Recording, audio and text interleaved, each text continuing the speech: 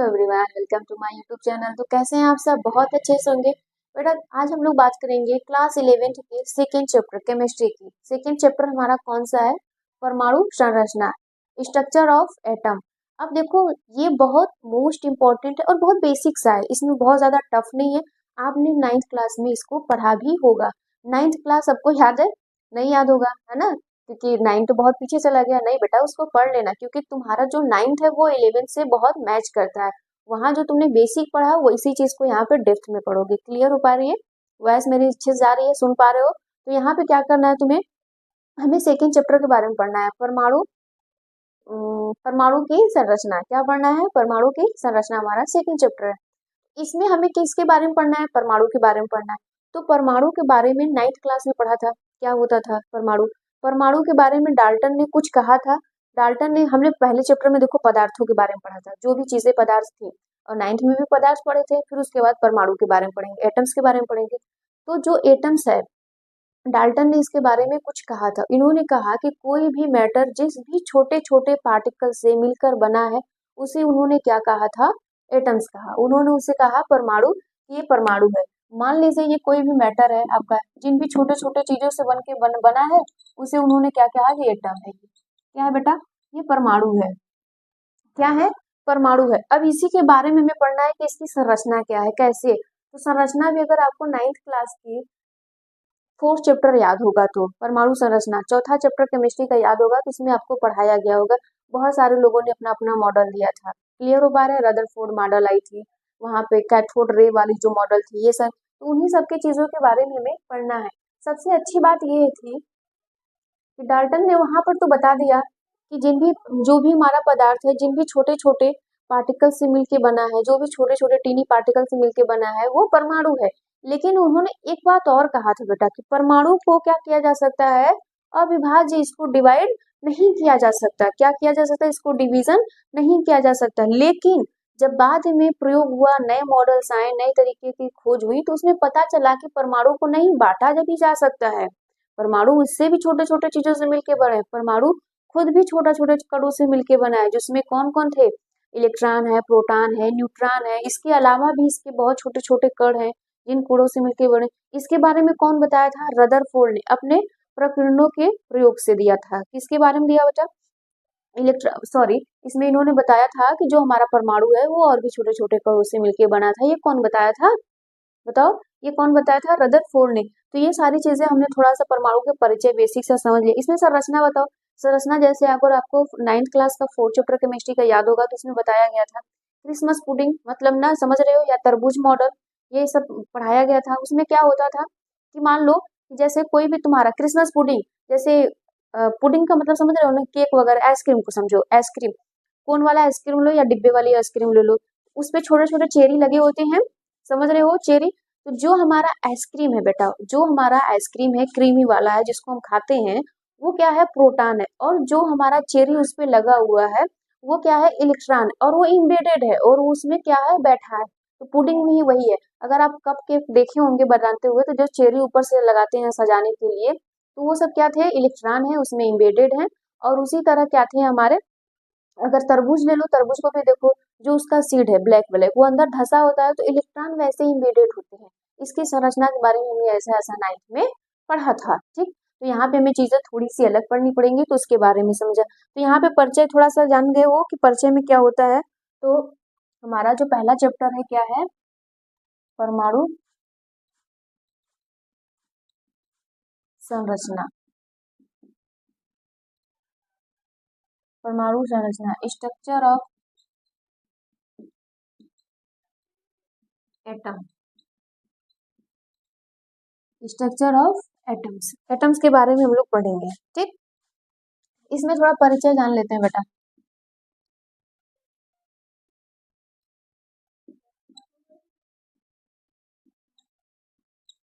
Introduction जान गए। Introduction में क्या होता है कि ये तो हमने 9th क्लास के बारे में जो जाना था। अब यहाँ पे इंट्रोडक्शन हम लोग जानेंगे कि परमाणु जो होते हैं बेटा, वो क्या होते हैं? इलेक्ट्रॉन, प्रोटॉन और न्यूट्रॉन से मिलके बने होते हैं, जो और अधिक सॉरी जो अन्य और कणों से मिलके बने होते हैं, जिसका उनके भीतर क्या होते हैं बेटा? और अधिक छोटे छोटे कण से वो मिलके बने होते हैं, जिसको इन्होंने कौन बताया था? इस व्यवस्था को रदरफोर्ड ने 1911 में इस व्यवस्था को रदरफोर्ड ने 1911 में अपने प्रकीर्णन प्रयोग के द्वारा दिया था। किसके प्रयोग के द्वारा दिया था बेटा? अपने प्रकीर्णन प्रयोग के द्वारा दिया था। तो थोड़ा सा परिचय लिख लेते हैं हम लोग। क्या था बेटा? परमाणु, इलेक्ट्रॉन, प्रोटॉन और न्यूट्रॉन। आप लिख सकते हो, मैंने सिंबल लिख दिया है। न्यूट्रॉन और भी छोटे छोटे कणों से बना होता है, और भी इसमें बहुत छोटे छोटे कण होते हैं, इसके बारे में हम लोग बात करेंगे, परेशान नहीं होना। परमाणु के भीतर इन कणों की व्यवस्था को रदरफोर्ड ने 1911 में अपने प्रकीर्णन प्रयोग के आधार पे सामने रखा था। ये इंपॉर्टेंट है बेटा, ये याद रखना, एग्जाम में पूछ ले जाएंगे। प्रकीर्णन प्रयोगों के आधार पे सामने रखा था। परमाणु शब्द ग्रीक शब्द के एटमॉस से लिया गया है, जिसका अर्थ अविभाज्य है। जिसका अर्थ क्या था? अविभाज्य था। लेकिन जब बाद में प्रयोग हुआ, देखा गया कि नहीं, परमाणु तो विभाज्य है। इसमें इलेक्ट्रॉन, प्रोटॉन, न्यूट्रॉन। क्लियर हो पाया ये सब? अब हेडिंग बनाना, ये परिचय पहली पुरानी बातें हैं इसके बारे में। अब हेडिंग बनाना, परमाणु संरचना। परमाणु संरचना। अब ये परमाणु संरचना कैसी होगी? क्या होगा? परमाणु प्रोटॉन, न्यूट्रॉन और इलेक्ट्रॉन जैसी छोटी इकाइयों के से बना है। क्या बना है बेटा? छोटी इकाइयों से बना है। जो परमाणु है हमारा, इलेक्ट्रॉन, प्रोटॉन और न्यूट्रॉन जैसी छोटी कई सारी इकाइयों से बना है। उसमें प्रोजेस्ट्रॉन भी आता है। क्या आता है उसमें? प्रोजेस्ट्रॉन भी जो आएगा। प्रोजेस्ट्रॉन, न्यूट्रिनो, एंटी न्यूट्रोनो और पाइमेशोन भी होता है। सिग्मा मोशन के नाम से भी हम लोग इसको जानते हैं। तो इसके बारे में जरा लिखिएगा। अब देखो परमाणु संरचना क्या है। परमाणु संरचना में क्या है तुम्हारा? प्रोटॉन है, न्यूट्रॉन है और इलेक्ट्रॉन जैसी छोटी छोटी इकाइयों से बना है। कुछ अन्य कण भी पाए जाते हैं, जैसे प्रोजेस्ट्रॉन, न्यूट्रॉनो, एंटी न्यूट्रॉनो, पाइमोशन, सिग्मा मोशन के मोशन भी मौजूद होते हैं, जो बहुत अल्पकालिक है, जो बहुत क्या है बेटा? छोटे हैं, जो जिसके बारे में हम लोग इतना आसानी से देख नहीं सकते हैं। क्या बातें समझ में आ रही है कि परमाणु क्या है, कैसे है? परमाणु बहुत सिंपल सी बात है बेटा। पदार्थ जो होते हैं, पदार्थ जिन छोटे छोटे कणों से मिलके बना है, वो क्या कहलाएं? परमाणु कहलाएं। ठीक, ये बात डाल्टन ने कही। और वो ये भी साबित कर दिया था कि जो परमाणु है वो अविभाज्य और वो स्वतंत्र अवस्था में बिल्कुल भी नहीं रह सकता था। ये बहुत बेसिक सी बात है। ठीक, फिर यहाँ पे जब हमने देखा तो ये बातें सही हुई, सच में इन सभी चीजों से मिलके बना है। लेकिन जो परमाणु है वो भी किसी और से मिलके बना है, उसका भी डिवीजन हो सकता है। ठीक, ये यहाँ पे बातें पता चल गई ना। यहाँ पे परमाणु न्यूट्रॉन जैसे, इलेक्ट्रॉन, प्रोटॉन, न्यूट्रॉन जैसे छोटी छोटी कई इकाइयों से मिलके बना है, और कुछ तो ऐसे छोटे कण उसमें पाए जा रहे हैं जो जो क्या है? अल्पकालिक है, जिनके बारे में हम सोच भी नहीं सकते हैं, बहुत छोटे होते हैं। लाइक क्या है? प्रोजेस्ट्रॉन है, न्यूट्रॉनो है, एंटी न्यूट्रॉनो है, पाई मोशन है, सिग्मा मोशन के मोशन भी इसमें मौजूद है। क्या मेरी बातें समझ में आ रही है? नोट करिए। अब देखो यहाँ पे इसके चार्ज के बारे में हम लोग पढ़ेंगे। ये क्या है? पार्टिकल्स है। पार्टिकल्स में कौन है? इलेक्ट्रॉन, प्रोटॉन, न्यूट्रॉन, प्रोजेस्ट्रॉन और पाइमिशॉन है। ठीक, इसका मास भी हो गया, चार्ज भी हो गया। स्पेशल रिमार्क, कौन इसको खोज किया था? डिस्कवरी है यहाँ पे। इलेक्ट्रॉन का मास कितना होता है? इतना ये है। ठीक, ये याद होना चाहिए। 9.1 × 10⁻³ kg में है। kg में है, किसमें? याद रखना, ये इसका है। चार्ज इतना होता है, जो याद रखना, ये इंपॉर्टेंट होता है, तुम्हारे न्यूमेरिकल्स में भी आएंगे। इसकी डिस्कवरी किसने की थी? जे थॉमसन ने किया था। यहाँ प्रोटॉन का भी कितना है बेटा? प्रोटॉन का 1.67 × 10⁻27 kg है। यहाँ पर इसी का क्या हो जाएगा? चार्ज जो रहेगा उतना ही रहेगा, बट यहाँ पे प्लस हो जाएगा। इसकी खोज किसने की थी? प्रोटॉन की गोल्डस्टीन ने किया था। फिर यहाँ पे न्यूट्रॉन है। न्यूट्रॉन कितना है? बिल्कुल इसी की तरह है, और इस पे चार्ज कुछ भी नहीं होता। सबको पता है कि इस पे चार्ज 0 होता है, ये कुछ भी नहीं दिया है। ठीक, यहाँ पे फिर उसके बाद यहाँ पर क्या है? इसकी खोज किसने की थी? चैडविक ने किया था। प्रोजेस्ट्रॉन क्या है? मास कुछ भी नहीं है इसका, और यहाँ पर इसका सेम किसके बराबर है? ठीक, इन्हीं सब के बराबर है प्रोजेस्ट्रॉन। फिर इसकी खोज किसने की थी? एंडरसन ने किया था। और पाइमिशॉन बेटा, ये इंपॉर्टेंट है, ये आपके एग्जाम में कई बार 1 मार्क्स में पूछा गया है। इसकी खोज कौन किया था? युकावा ने किया था। यही पूछा गया था कि युकावा ने, है ना। ऐसा नहीं है कि आपके बोर्ड में नहीं आएगा, बोर्ड बोर्ड तो देना नहीं है, लेकिन स्कूल वाले ये दे देते हैं क्योंकि ये सारी चीजें पता रहता है, लेकिन ये नहीं पता रहता 5 मिशन को याद रखना कि इसकी डिस्कवरी किसने की थी, युकावा ने किया था, इतना नोट कर लो। अब हेडिंग बनाना है इलेक्ट्रॉन की खोज। इलेक्ट्रॉन की खोज कैसे हुई, अगर आपको याद होगा तो आपने 9th में पढ़ा होगा, इलेक्ट्रॉन की खोज कहाँ से हुई थी, कैथोड किरण से, कैथोड रेस से हुई थी। कैसे हुआ था ये चीजें सारी आपको बताई गई थी, आपने पढ़ा होगा। तो हेडिंग बनाओ इलेक्ट्रॉन की खोज।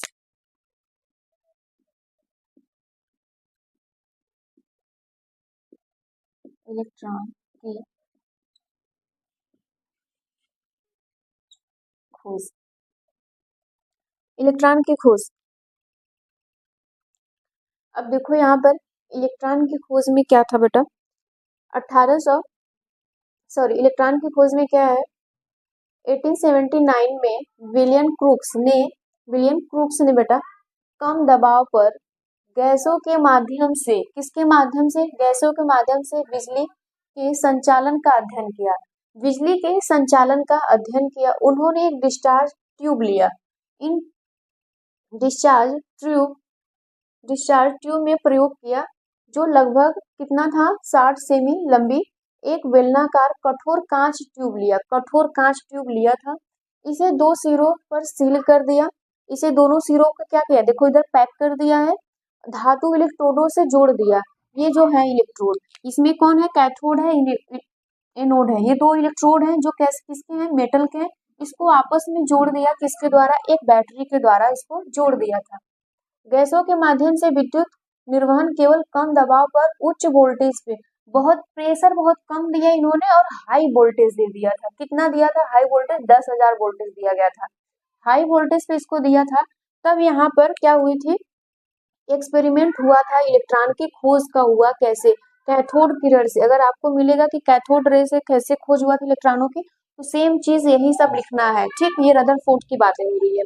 अब यहाँ पर देखो ये क्या है, ये तुम्हारा एक कांच की नली है, परख नली है, टेस्ट ट्यूब जैसा है, ट्यूब जैसा है। इसके दोनों सिरों को इन्होंने क्या कर दिया, लॉक कर दिया, सील कर दिया। फिर इसमें क्या लगाए थे, मेटल के रॉड लगाए दोनों, एक एनोड लगाए, एक कैथोड लगाए। क्लियर हो पाए। अब तुम जानते हो कि बेटा बैटरी जब बीच में लगी होती है तो बैटरी के जिस सिरे पे जो चार्ज रहता है उधर उधर उतना ही चार्ज आता है, मतलब इधर पॉजिटिव है तो इधर पूरा पॉजिटिव, इधर निगेटिव है तो इधर निगेटिव रहेगा। क्लियर हो पाया। कैथोड हमेशा कैसा होता है, निगेटिव होता है। एनोड कैसा होता है, हमेशा पॉजिटिव होता है। वैक्यूम पंप है, ये क्या है, वैक्यूम पंप है। वैक्यूम जानते हो ना, उसको पंप करने के लिए है। और यहाँ पे क्या हुआ था बेटा, ग्रीन ग्लो दिखाई दिया। क्या दिखाई दिया था, ग्रीन ग्लोइंग, मतलब यहाँ पे ग्रीन ग्रीन कुछ चमकता हुआ दिखाई दिया था, जो रदरफोर्ड ने बताया था। ये हम बातें बताएंगे भी। यहाँ पर क्या हो रही है, डिस्चार्ज ट्यूब है ये तुम्हारा, ये सारे पूरे सिस्टम को इसे बना दिया गया, तैयार कर दिया गया था। हाई वोल्टेज दिया गया, प्रेशर बहुत कम कर दिया गया था। फिर कैथोड रेज, यहाँ से बेटा कुछ रेज निकलती हुई दिखी, है ना, बहुत लाइन से सीधी लाइन में क्या हुई, कुछ रेज निकलती हुई दिखाई दी। और वो रेज किधर जा रही थी, कैथोड से एनोड की तरफ जा रही थी, कैथोड से एनोड की तरफ जा रही थी। और यहाँ पर क्या हो रही थी, ये जो एनोड का इलेक्ट्रोड लगा है उसके पीछे कुछ छाया बना रही थी। क्या हो रहा था, कुछ उसका बिंब जैसा बन रहा था और वो ग्रीन ग्रीन चमक रहा था। वो क्या हो रहा था, ग्रीन ग्रीन चमक रहा था, उसी को उन्होंने कहा था इलेक्ट्रॉन। क्या कहा था बेटा, इलेक्ट्रॉन कहा था। और ये सीधी लाइन में चल रही है, देखो ये इलेक्ट्रॉन है। और इलेक्ट्रॉन हमेशा कहाँ से निकल रहा है, कैथोड से, और इसी को कहा गया कैथोड किरण कहा गया था। क्या कहा गया था बेटा, कैथोड किरण कहा गया था, जो आपसे एग्जाम में पूछा जाता है, ये इंपॉर्टेंट होता है। यहाँ पे ग्रीन ग्रीन कलर का दिखाई दिया। बाद में जब एक्सपेरिमेंट हुआ तो पता चला कि कैथोड से हमेशा क्या निकल रही हैं, इलेक्ट्रॉन निकल रहे हैं, जो एनोड की तरफ जा रहे हैं सीधी लाइन में। ये किसकी वजह से हो रहा है, कैथोड रे इन्होंने कहा था। इन्होंने जब उसको नहीं समझ में आया तो इन्होंने कहा था कैथोड रे कहा था। इसकी इतनी बातें समझ में आ गई थी, इतनी बातें क्लियर हो गई है।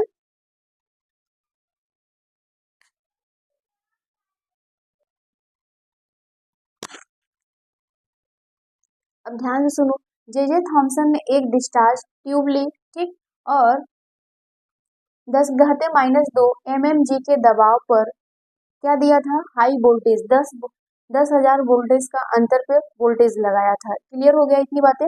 उन्होंने एनोड के पीछे कुछ चमकता हुआ मिला, उनको क्या मिला, एनोड के पीछे कुछ चमकता हुआ, यही जो ग्रीन कलर का ग्लो कर रहा था। इसका मतलब है कि कैथोड पर उत्पन्न कुछ अदृश्य किरणें एनोड के पीछे से टकराती थी और प्रदीप्ति उत्पन्न करती थी, और वो क्या करती थी, चमकती हुई जाती थी, वो टकराती थी चमकती हुई, यहाँ से कैथोड से निकलती थी, एनोड की तरफ जाती थी, और एनोड के पीछे में क्या करती थी, टकराती थी, और वो प्रदीप्ति उत्पन्न करती थी, जो चमकती हुई दिखाई पड़ती थी, चमकती हुई दिखाई देती थी, ये सारी चीज था। उन्होंने एनोड के पीछे चमकता हुआ कुछ चमकता हुआ उनको मिला, इसका मतलब उन्हें कैथोड किरण से उत्पन्न अदृश्य किरणें के एनोड के पीछे टकराती हुई प्रदीप्ति मतलब चमकती हुई दिखाई दी, जिसके बारे में उन्होंने क्या कहा था, इसी को इन्होंने क्या कहा था बेटा, कैथोड।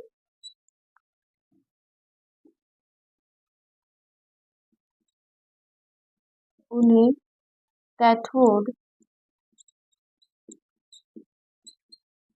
किरण का नाम दिया। क्या दिया, कैथोड किरण का भी नाम दिया। ये बातें समझ में आ गई थी, क्या था यहाँ पे, यहाँ पे जो चीजें हो रही है इसको समझो तुम, एक हिस्ट्रिकल की तरह समझो, इसको पढ़ो क्या होता है। यहाँ पे क्या किया गया था, पहले एक कांच की टेस्ट ट्यूब लिया गया था, और उसमें क्या किया गया था, दोनों सिरों को ब्लॉक कर दिया गया था, दोनों सिरों को बंद कर दिया था। एक दो इलेक्ट्रोड लिए गए, कैथोड और एनोड, वो किसके थे, धातु के, मेटल के थे, एक बैटरी से इसको जोड़ दिया गया था।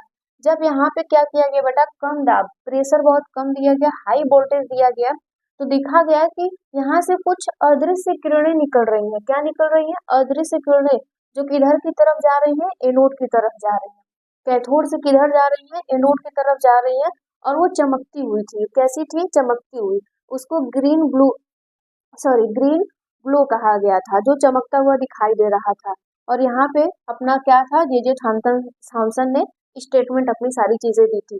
अगर फर्स्ट यहाँ तक सारी चीजें क्लियर हो गई, कोई भी डाउट होगा, कोई भी तुम्हारे कोई भी मन में कोई भी क्वेश्चन होगा, कोई टॉपिक नहीं समझ में आएगा तो कमेंट में जरूर बताना। आज के लिए इतना रहने देते हैं, थैंक यू।